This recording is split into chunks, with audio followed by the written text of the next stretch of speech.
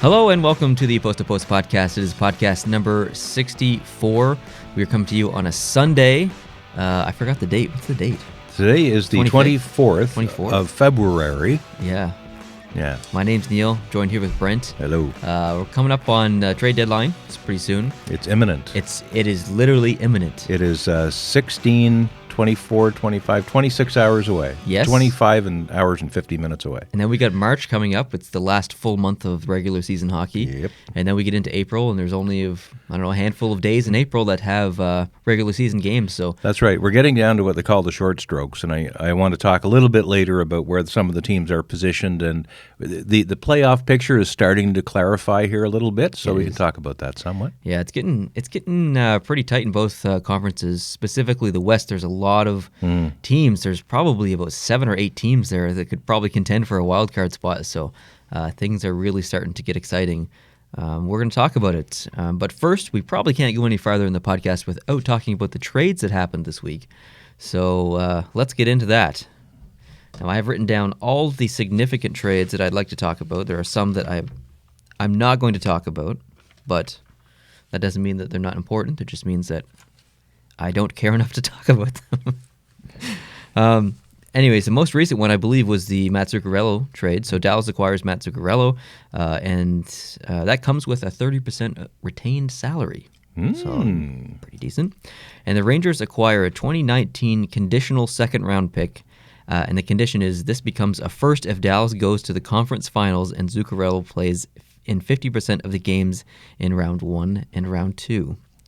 They also get a 2020 conditional third-round pick, and this becomes a first-round pick if Dallas re-signs Zuccarello. Okay. So that's actually more likely to happen than the other one. It's likely, but it kind of Dallas has made this trade basically with the decision that they're not going to re-sign Zuccarello because it's likely not worth that pick becoming a first-round pick in 2020. It's not worth the risk. Matt Zuccarello is an amazing player. I don't know if it's worth that risk. So I think this just ensures that Dallas won't be signing Zuccarello. Maybe I'm wrong, but he's going to be a UFA anyway. It's likely he's going to go on the market and see where he goes. Maybe he'll go back to the Rangers. I don't know. I don't think he can. If he goes back in the calendar year, they've retained salary. They can't have him again in 12 months. Not until July 1st. But I think it's a calendar year, so I think the retained salary. I don't like that. I don't know if I like it or not, but I think that's what it is. That's why Pittsburgh couldn't get Hagelin back. Yeah. And he had to go to Washington instead because they were like, what? Where's that rule? Well, it's here on page 77. Oh. That's some freaking bullcrap. Well, if you retain salary to pay someone to take somebody and then you bring them back, do you have to pay them double? I don't understand. But anyway, the rule is there that if you retain salary, then you can't have the player back for at least a year. So just saying. All right. Well, we'll see. Anyway, Dallas. Poor Dallas. I actually like this trade for Dallas, but I don't know that it was necessary. I think that, no offense to Matt Zuccarello, but Matt Zuccarello is not going to solve the problems in Dallas. They need a few more pieces beyond that, and apparently Neil is done trading. So, yeah, if you're going to make a push for the playoffs and bring some people in, then try and get all the pieces. Don't bring in one, well, technically two. I'll talk about the other one in a minute, but don't bring in one guy and then say that's enough. It's not enough. And that's, again, no offense to Matt Zuccarello. Well, if it's getting in the playoffs, it might be enough because they're in the playoffs now. Like they're in, and they have a little bit of a cushion. So Zuccarello might help solidify their chance to get in the postseason. 100%. I absolutely agree. I just don't think that Dallas has the depth to go deep in the playoffs. I could be wrong. I hope I am. They're one of my favorite teams. They're my third favorite team, but I just personally don't see it. They have other things they need to fix before they can be considered a cup contender, in my opinion. There you go. Yeah. The trade after that was the Columbus and Ottawa trade. So Columbus acquires Ryan Dzingel and a 2019 7th-round pick, which is Calgary's, just to note. And Ottawa acquires Anthony Duclair, a 2020 second-round pick, and a 2021 second-round pick. So this is the second. Well, obviously we're going to talk about the other trade here in a little bit, Yeah. but this is the second time in 2 or 3 days that Columbus and Ottawa have done business. Ottawa Senators, otherwise known as the farm team of the Columbus Blue Jackets. Yeah, exactly. Call them up. It was strange. I think I said to you last night, on Thursday night, not that they played, but on Thursday night, Dzingel and Duchesne were teammates on the Ottawa Senators. Friday night, they played against each other. Saturday night, they're teammates on the Columbus Blue Jackets. Exactly. That's just crazy. It's yeah, it is cool. strange. It is strange. Yeah. But anyway, as far as my opinion of this trade, it all goes back to Anthony. What? I said they played against each other. I'm not saying Dzingel was on the ice. I think he was actually scratched in that Friday night game, but I don't know. Oh yeah, he wasn't on the. That's ice right. that game. So they didn't play against each other. Their teams played against each Yeah, I other. know I what should you say that, and that will save 50 people from commenting. That's all. Sorry. No, that's okay. This all kind of comes back to Anthony Duclair. This is his 5th team. Yeah. What is it? Is it him, or is he just one of those players that is a good player but is just expendable? I honestly don't know. He's never played in my vision space. Your vision space. That sounds like something Pierre Maguire would say. But I've never seen much of him. Okay. I can't believe you just said vision space. I can hear that leaving Pierre Maguire's mouth. Look at Crosby out on the ice, like his vision space is wonderful tonight, and look at those thick legs. You should be ashamed of yourself for saying vision space. You harp so much on these stupid terms. I went down a dead end, and that's all I had left. Vision space. I was going to try to start saying I haven't seen him play very much, just because of where he's been playing and the games I've been watching over these last several years. I understand. And I started down, and I used the word vision. Now what do I have left? Hashtag Anyway. vision space. And it could be a thing. Make it a thing, because No. not a hockey thing, just a thing. Just a thing? Like, what's in your vision space? Like when you're driving? When you're driving? When you're reading the paper? Check your vision space? Yeah. What's in your vision space? I think it could be a thing. And you heard it here first. And likely last. And I don't think it should be a thing. Hopefully last. Yeah, Anyways. but back to your question. I'm not sure. Some players have mad skill, and I think he's in that category. He's got all kinds of skill. But what happens in the room, what happens in the camaraderie thing or lack thereof, I don't know. And then we may never know. But now that he's in Ottawa, he's more within my vision space. He is within your vision space. So I will probably see more of him and maybe have an opinion in about a year's time after 4 more games against Montreal. Yeah, and also he aligns better with what's going on in Ottawa right now. Mm-hmm. Young player. Ottawa's in the process of loading up on picks. They're going to do this big rebuild, which is fine. Mm-hmm. Frustrating for the fans, but fine. So maybe he clicks there. Who knows? Hope he does. So I really like Dzingel in Columbus. Columbus is getting a little scary. That's why I'm kind of sporting the merch here for you audio listeners. You can't see this, but I'm wearing a Columbus hat and a Columbus jersey. The trade after that was the Dallas and New Jersey trade. So Dallas acquires Ben Lovejoy. And going the other way was Connor Carrick and a 2019 third-round pick. This one is just baffling to me because Dallas is loaded with defensemen, and Lovejoy is a respectable defenseman. He's a good player. But I just don't understand it. It just doesn't make sense to me if I'm the GM of Dallas. But I'm sitting in the basement on YouTube, so... There you go. Yeah, just because it doesn't make sense to one of us doesn't mean it's not brilliant. Exactly. In some way. Yeah. The next Columbus and Ottawa trade was, of course, the Matt Duchesne trade. So Columbus acquired Matt Duchesne and Julius Bergman, and Ottawa acquires Vitaly Abramov, if I'm saying that correctly, Jonathan Davidson, a 2019 first-round pick, which is top 3 protected, by the way, and a 2020 conditional first-round pick, and the condition is if Matt Duchesne signs with Columbus.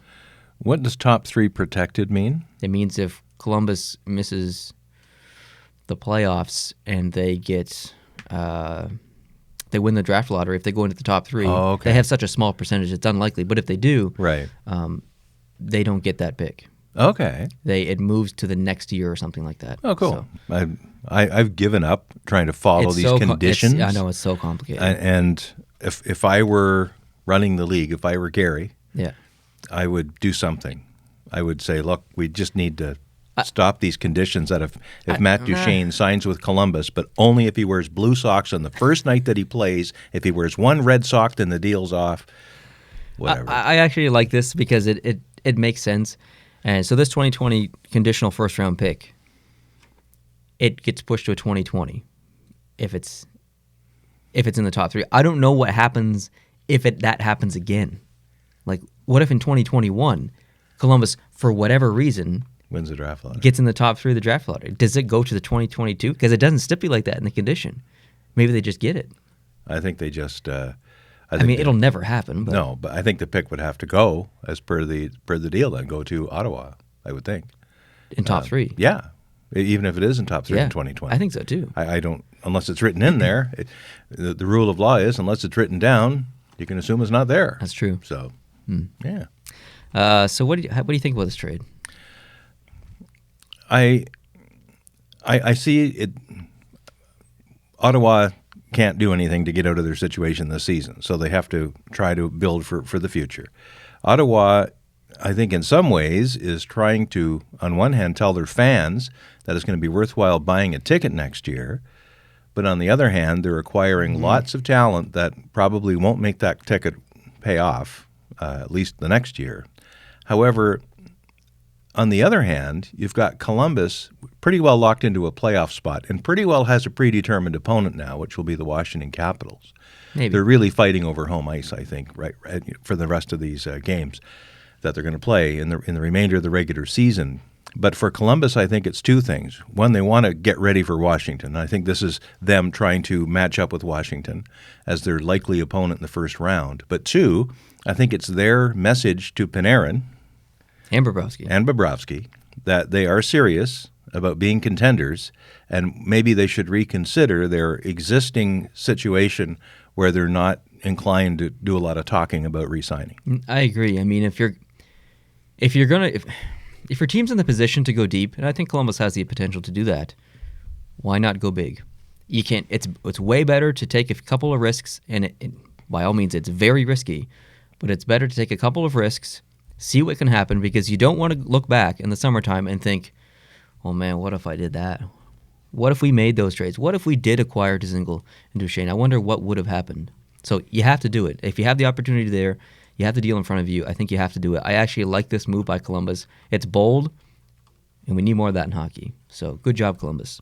Yeah, and they have lots of room left to go. They might not be done. Yeah, they might not be done. They've got, just checking here on Cap Friendly, they're still with $4+ million of cap space, which is about halfway through the pack. There you go. So who wins this trade, Ottawa or Columbus?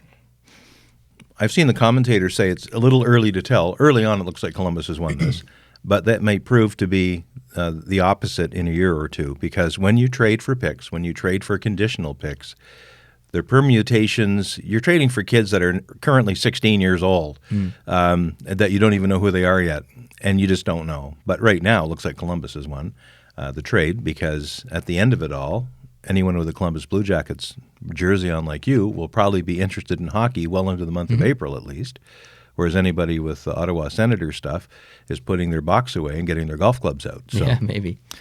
In that short-term sense, I think Columbus wins. You know who wins this trade? Who? Colorado. Yeah. All right. What was I going to say? Doesn't matter. Okay. The next trade is the Washington and Los Angeles trade. So Washington acquires Carl Hagelund with 50% retained salary. It's good to note that. Los Angeles acquires a 2019 third-round pick, a 2020 conditional sixth-round pick. So the condition is if Washington wins 2 or more playoff rounds and Hagelund plays in 50% of the games, that becomes they just get that sixth-round pick. They don't get any pick if he doesn't do that. I don't know. Anyways, that's a weird trade to me. Carl Hagelund's a pretty good player. He is, yeah. I don't know if a third-round pick is good enough as a return, but whatever. Maybe he didn't want to play there, and maybe not. I don't know the story behind that one. So, And it looks, from our earlier discussion, with the potential for Pittsburgh at least having their sights set on bringing him back, maybe that was the original plan, and it went off the rails, and Washington ended up being the That's a good addition for Washington. the ugly sister.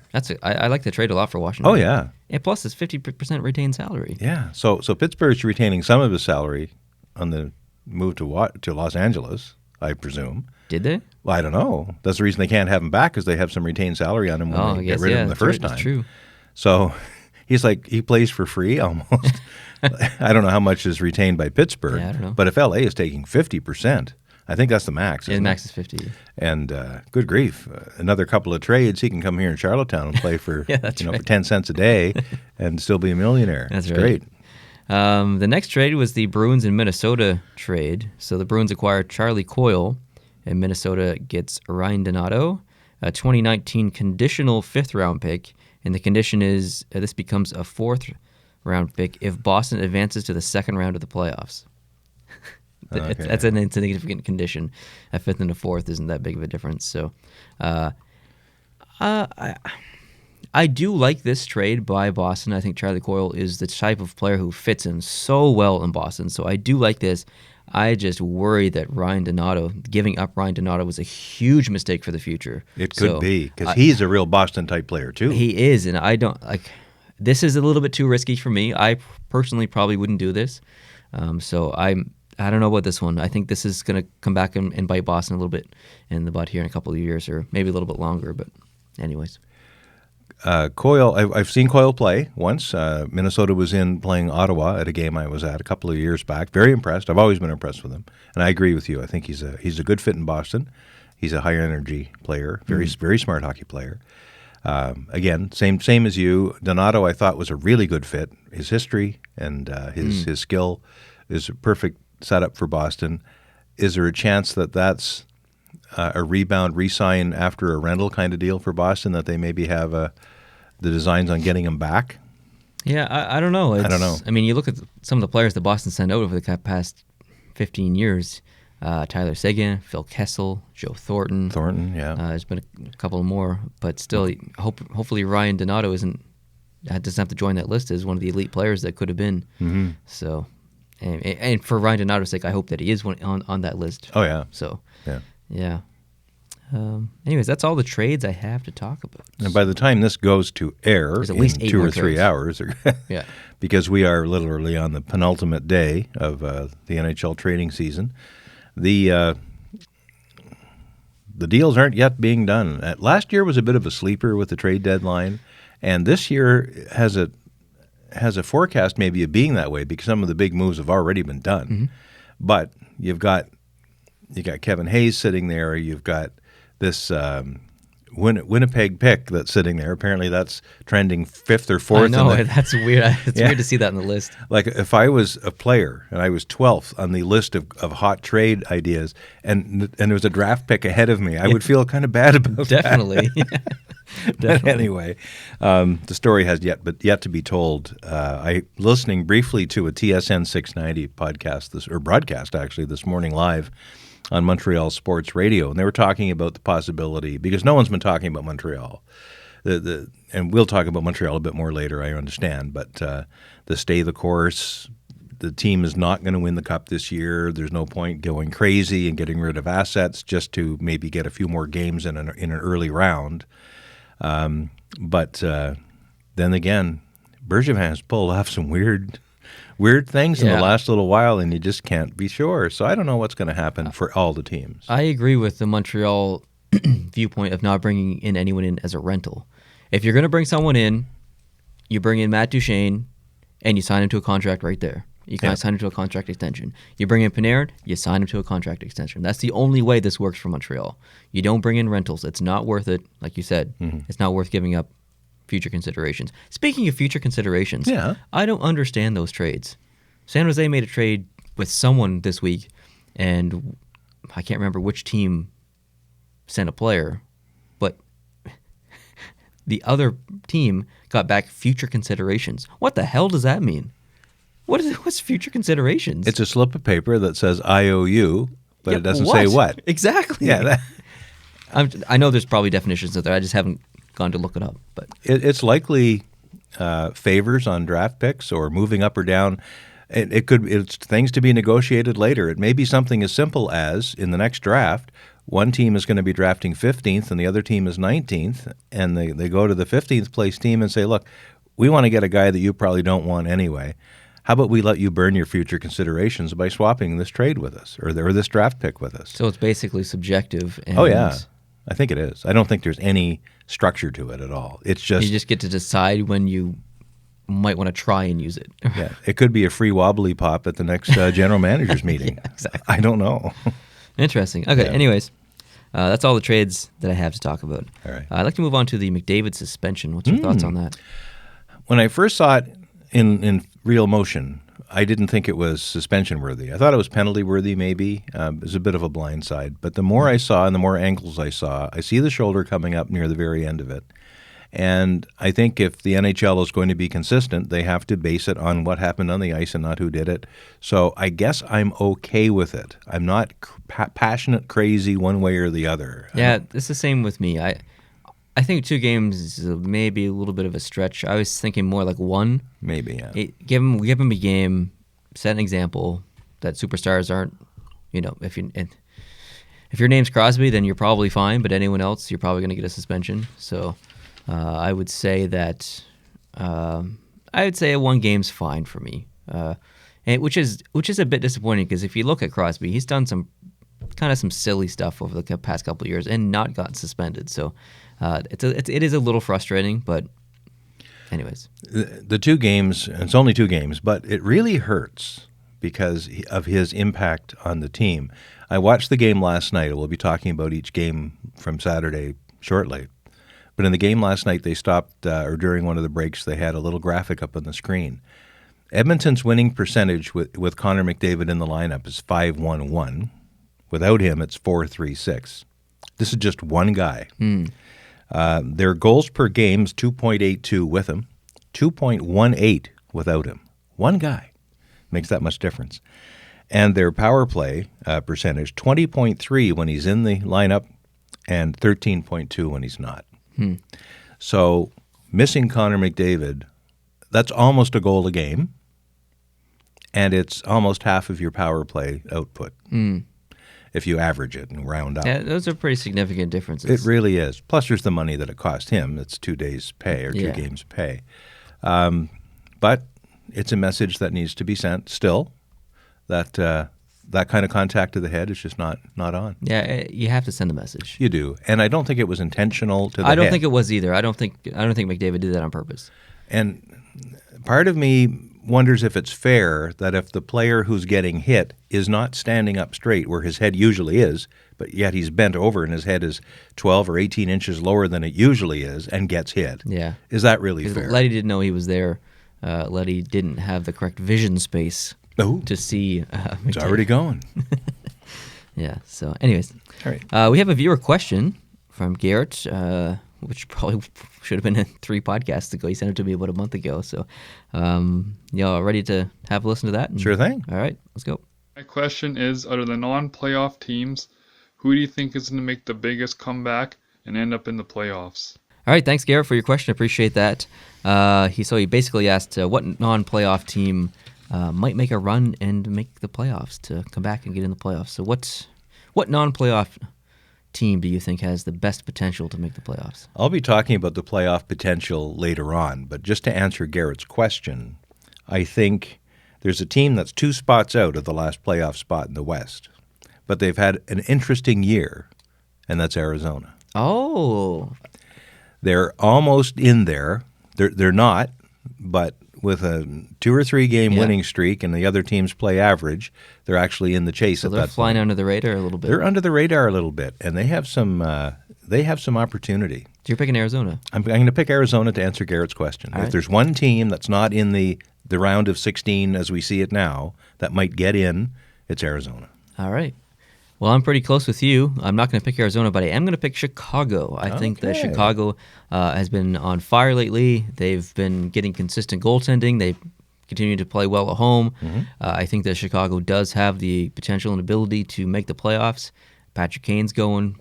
Jonathan Taves is going. I just think things are good in Chicago right now, and they have a lot of potential to make the playoffs. So. Right on. I wouldn't have much argument with that either. They're only 2 points apart. You're picking my pick. So yeah. Okay. Ready for the game recaps from last night? Let's do that. I'm going to try and get through this a little bit quickly. That's no fun. I find we spend a little bit too much time on recaps from the night before. So the first game was Buffalo and Washington. Buffalo won 5-2. Some pretty great goaltending and passing from Buffalo that entire game. I found that Washington was standing still at times, specifically in the first period. Mm-hmm. They were doing a lot of puck watching and standing still. They picked up their game a little bit as the game went on, but there was points of that first period where they're just watching, basically. And Buffalo's passing, like you say, especially for that first goal, was outstanding. Yeah, it was unbelievable. Eichel into the corner where Skinner was. Skinner, no look, backhand pass. And Pominville's right there, and boom. Reinhart scores in the rush. It's 2-0 Buffalo after the first period. Ovechkin scores in a breakaway early in the second, and it's 2-1. But that's really as close as it got.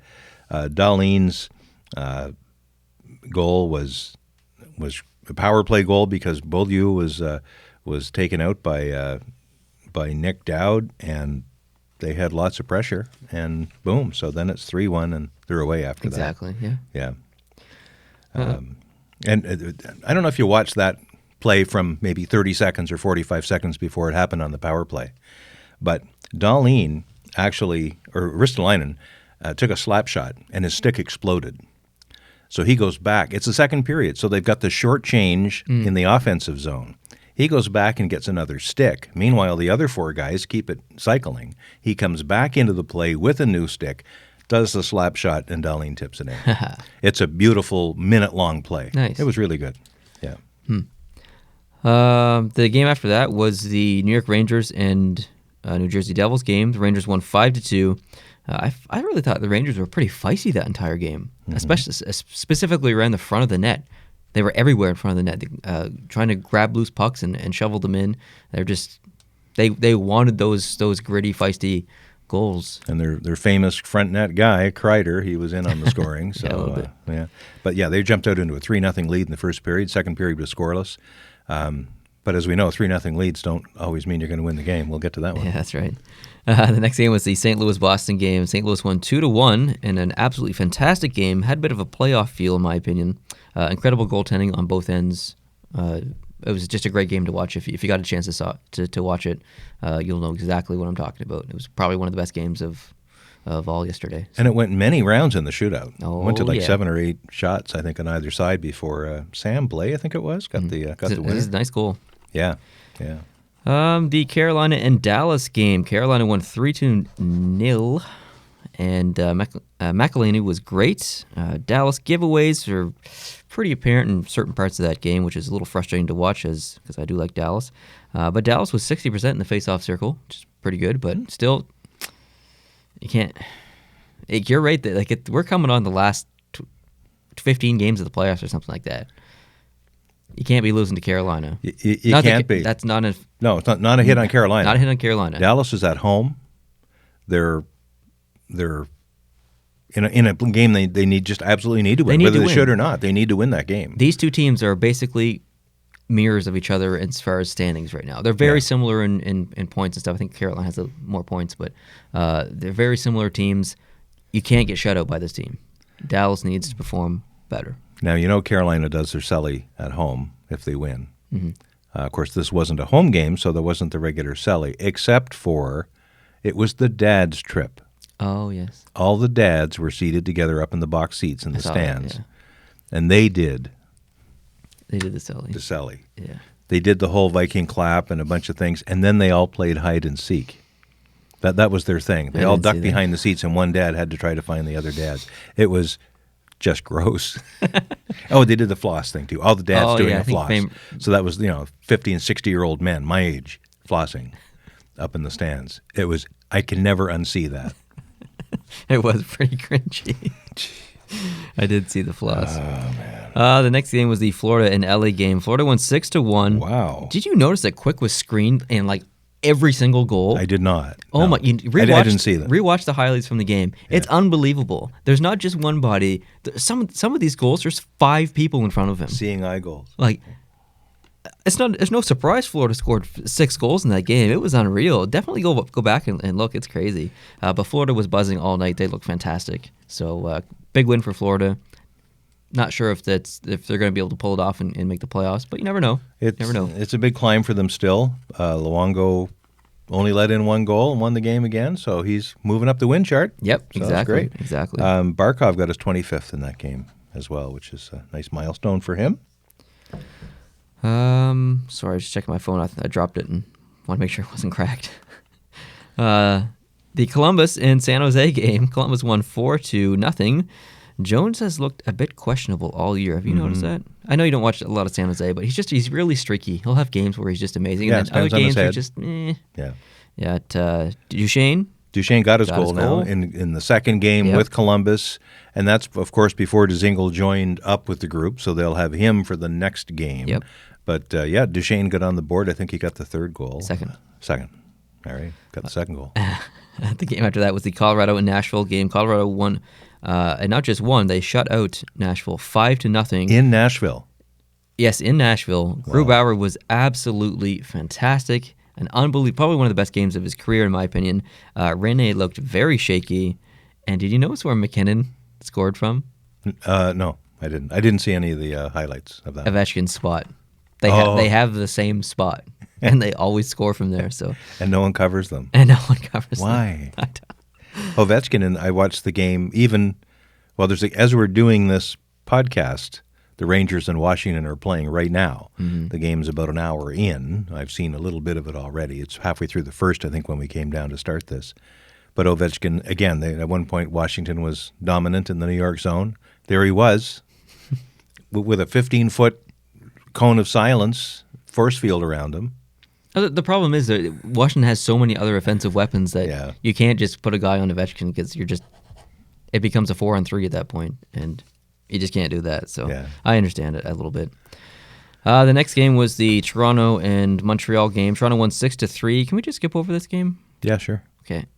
That's what they tried to do this morning. They played the radio highlights of the first 3 goals. Yeah. And it's 3-0 Montreal, and the sportscaster came out. Okay, we can stop it right there. Montreal won the game 3-0. Let's go on to the next game. And no, actually, it didn't happen that way.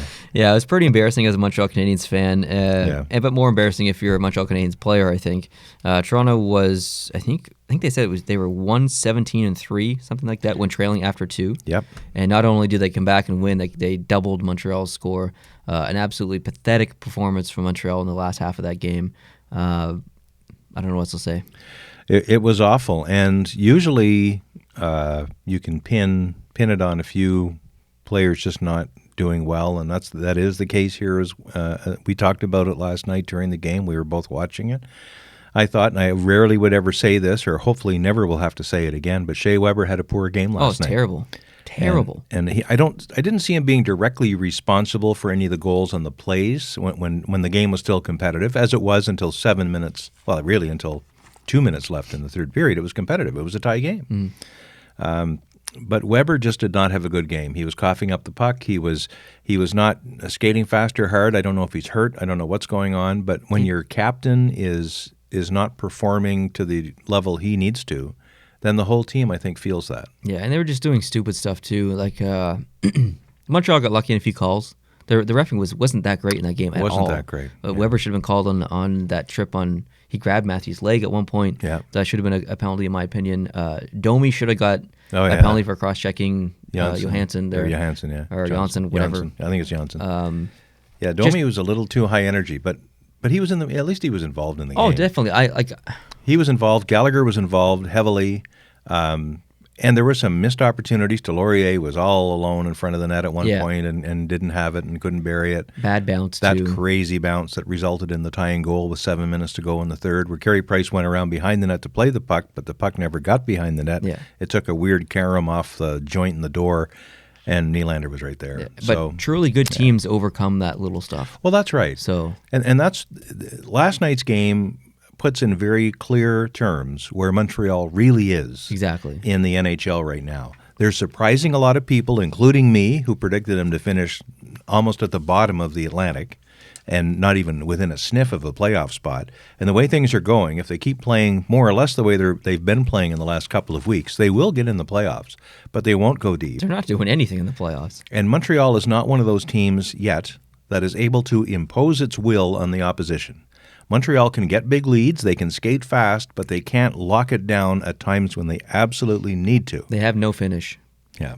I mean, they have that finish line, but that's not the type of finish I'm talking about. Exactly. It's bad. Yeah, and both the Toronto goals to get back to 3-2 were power play goals in the second period.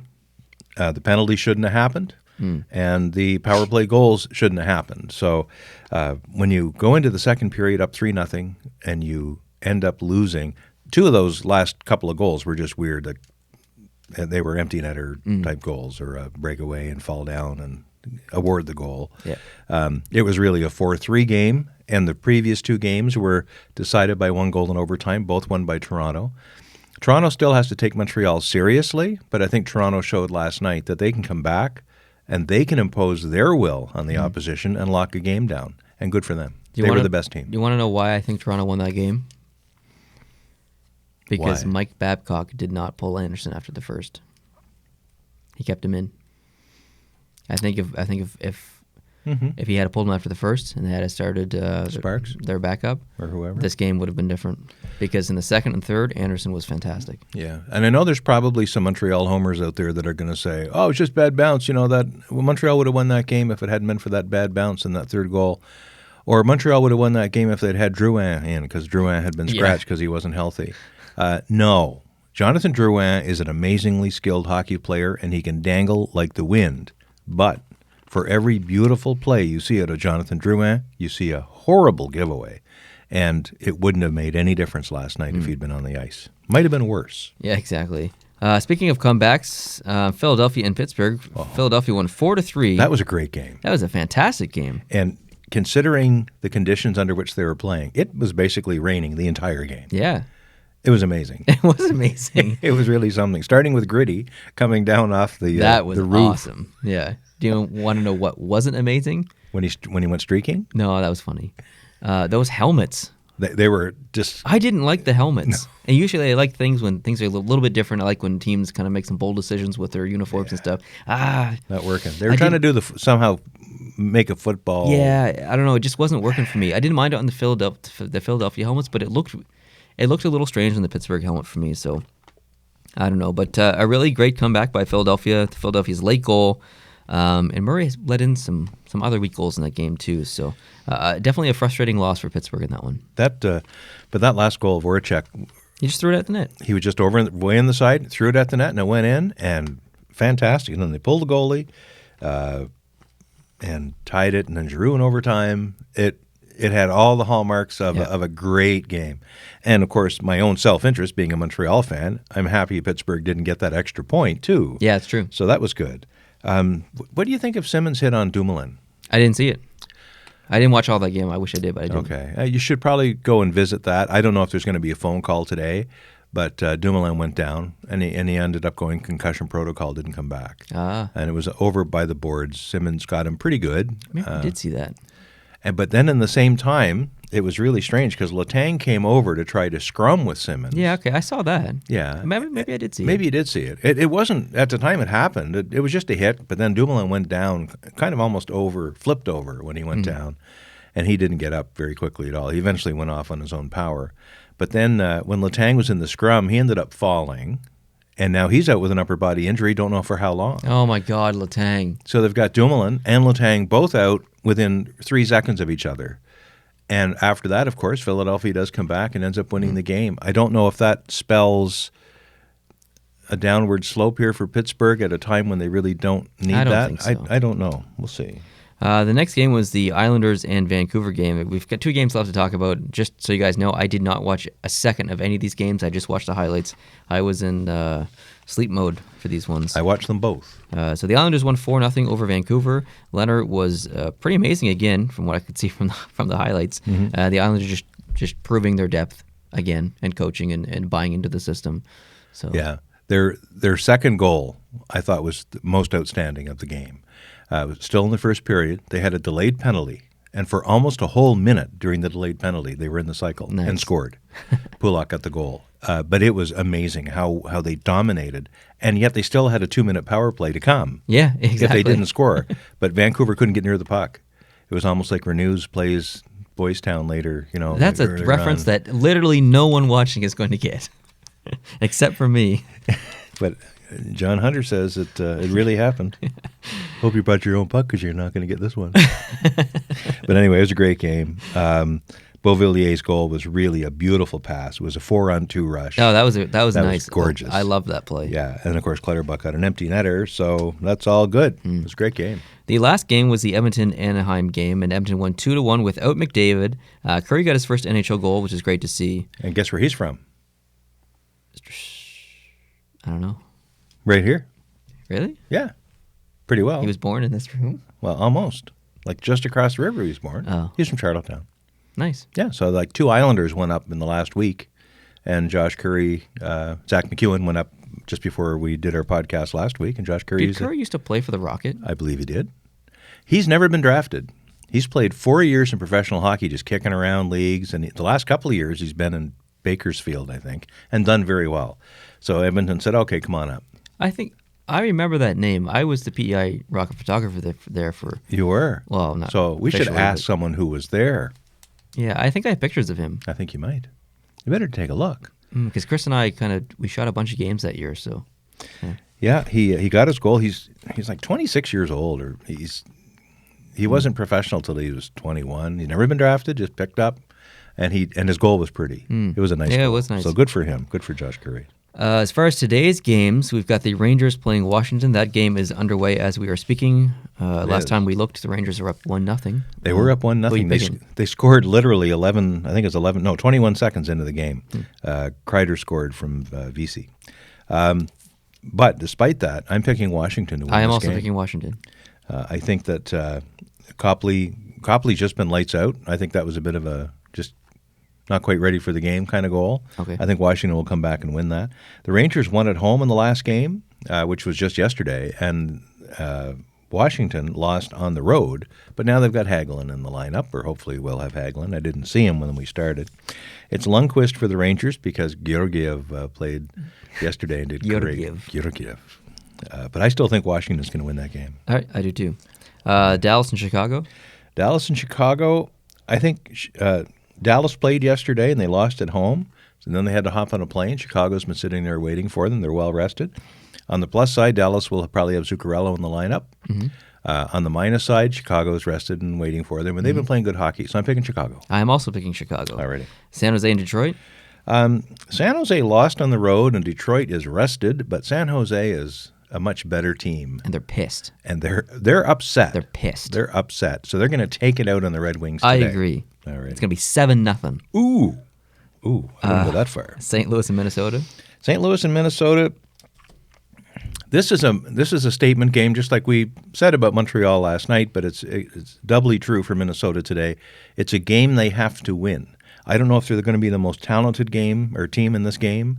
I think St. Louis might even be the Vegas favorite here. They had Bennington in yesterday. They can throw in Jake Allen today, and Jake's been having the odd good game lately. But I still think Minnesota wins at home. Oh, snap. And we differ, do we? I'm picking St. Louis.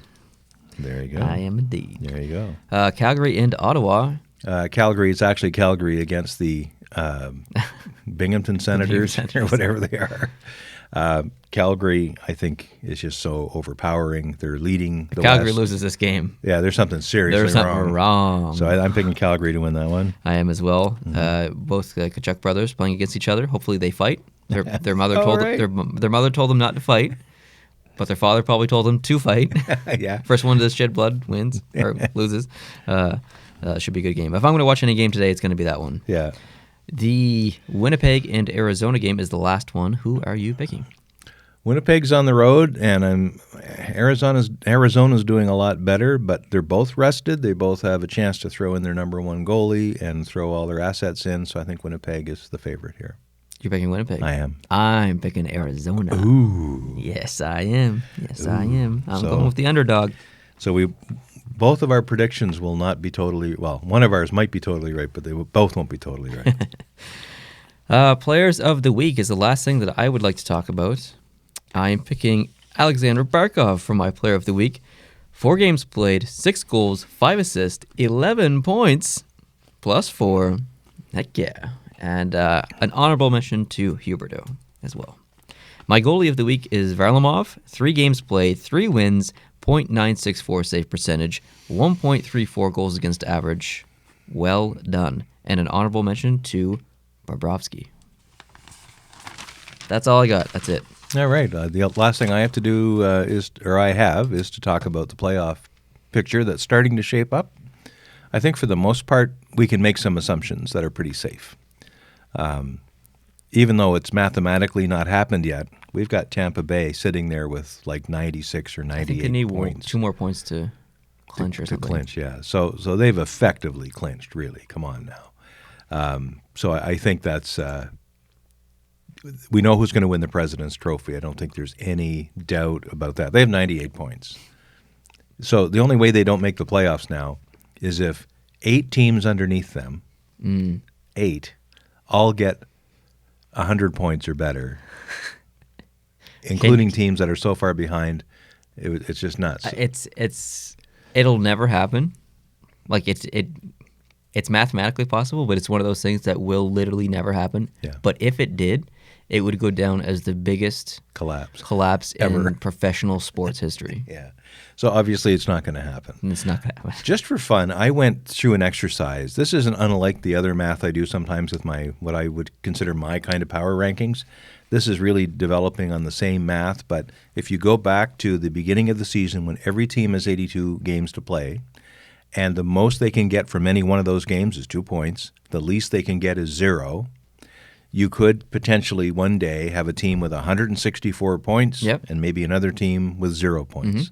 But most are going to fall in the muddy middle, around the 80-point range, 80 to 85. They'll be within 10 or 15 points either side of 80. Or the excellent teams will be even higher than that. Right now, I've got the points broken down if every single team in the league won every game they have left. Okay. Now, they can't because if they win every game they have left, the other team has to lose. I know. Right? So if Tampa Bay goes on a crazy run and wins every remaining game, they'll have 138 points. Ooh, that's a record, I believe. It would be. I think 134 is the record. Something like that, yeah. Boston can get up to 121. Toronto can get to 120. Montreal can get to 113. Buffalo can get to 108. These are the absolute ceilings for these teams. Florida can get to 106. Detroit can get to 95 if they win everything. Oh, so they're not making the playoffs. Exactly. Ottawa can get to 91. So that's the Atlantic. In the Metro, the Islanders can get to 121. Washington and Columbus can both top out at 115. That's their absolute ceiling. Okay. Carolina and Pittsburgh are at 112 for their ceiling. Then you got Philadelphia 105, the Rangers 104, and the Devils at 96. So there are already 3 teams in the Eastern Conference who, if they win every game they have left, will still not be where Tampa is right now. Wow. So there. That says a lot. It does say a lot. So in the Central Division, Winnipeg can top out at 120. Nashville and St. Louis can top out at 113. Dallas 107. Colorado 105. Minnesota 104. And Chicago 101. In the Pacific, Calgary 125. San Jose 120.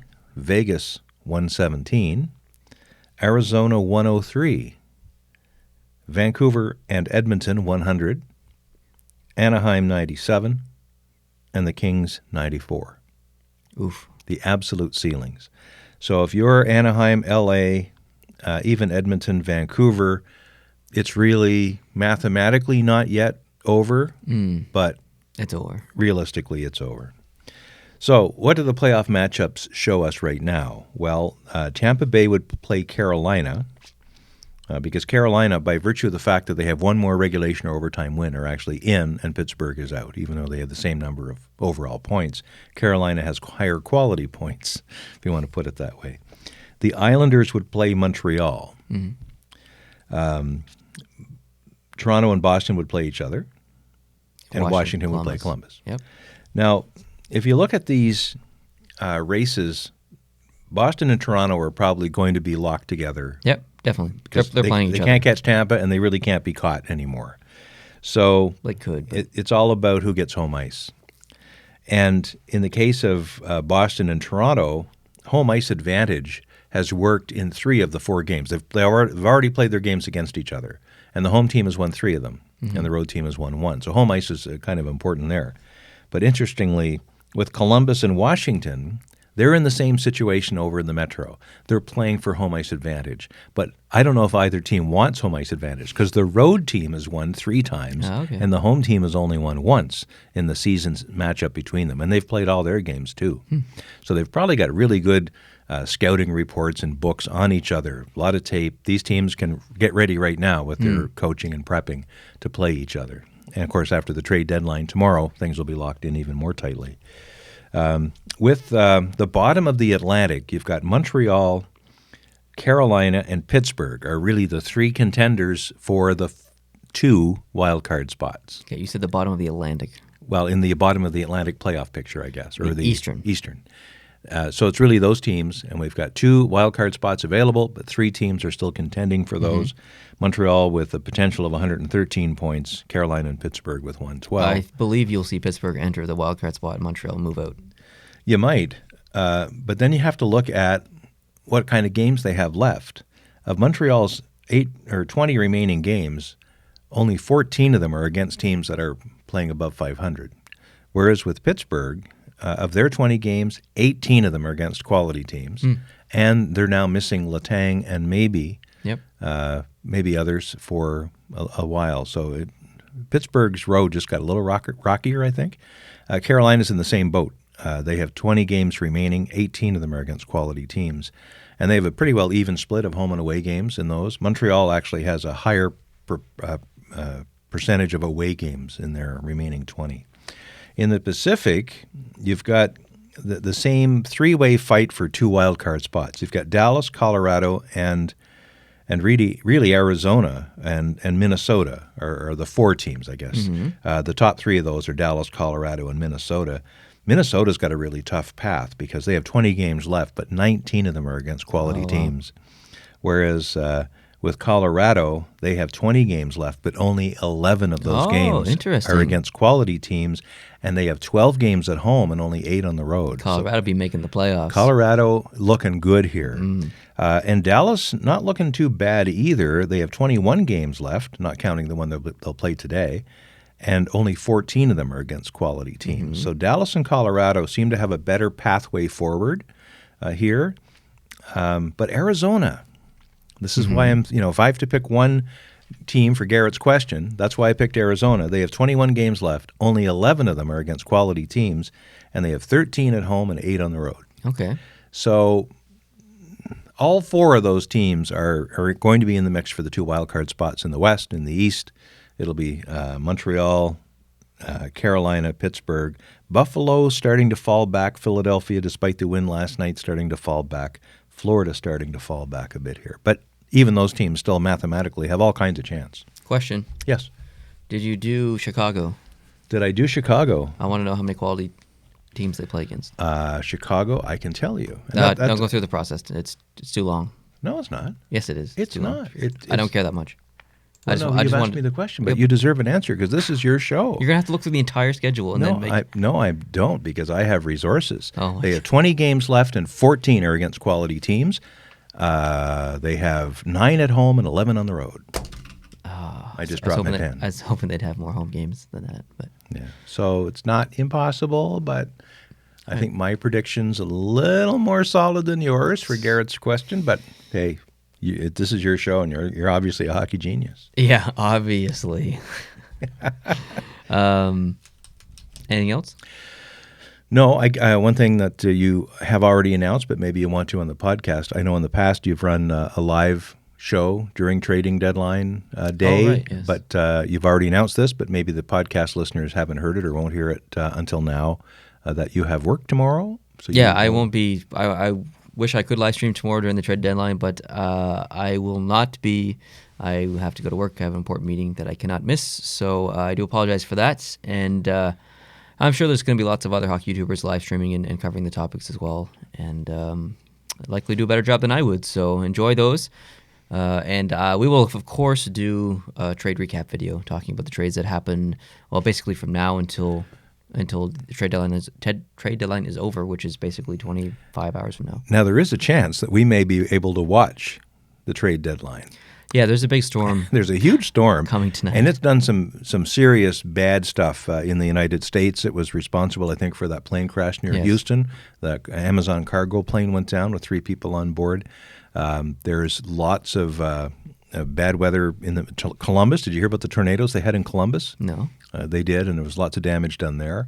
The whole thing is sweeping now to the east. It's in the Carolinas, and it's in just off the coast. And we're getting whacked with a big snowstorm starting tonight and lasting into some part of the day tomorrow. And it may shut the roads down, in which case you can't go to work, you can't go to that meeting, and I can't go to work, and we may be stuck home on trade deadline day, unable to leave the house, and only able to watch television. That'd be terrible. That would be awful. If that does happen, I'm still not live streaming. I'm just. I was trying to build it up, man. No, I'm not. I'm not prepared to live stream electronically. I don't have. It's been so long since I live streamed, and it's just such a process. I'd have to learn how to do it all over again, and I just don't. Honestly, I just don't have time, and I don't really like live streaming that much anyway. Oh, okay. I like the interaction with the community and stuff. That part is the only part that I do like, but it's just such a process, and it's such a time investment. So the first live stream I did on the channel was 7.5 hours during trade deadline 2 years ago, and I think I did the year after that. It's like another 6 hours or something. So, how many viewers live do you get when you're in the course of doing the live stream? I don't know. The last time I did it was December of 2017. And I remember tuning in and watching, and it was like 1,400, 1,500, something like that. But that was like not all at the same time. That's a cumulative amount of viewers. Right.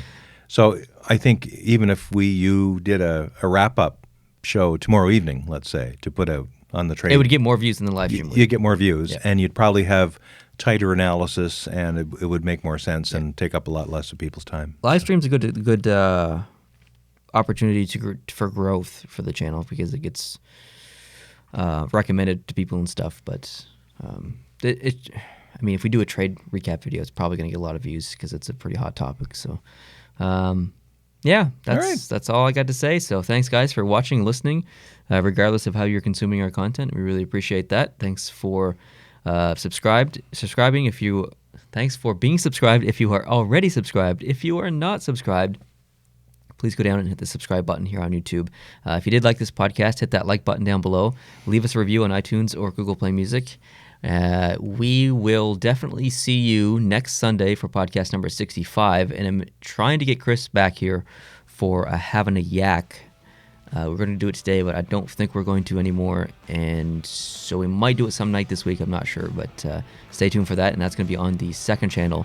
And also, have some Canadians Try Stuff videos releasing quite frequently now. I think I've released 3 in the past 2 weeks, so go check that out on the third channel. It's all linked down below in the description and on the homepage of Post to Post. So thanks for watching once again, and hope you're having a good day. Enjoy hockey, and we'll see you next podcast. Adios.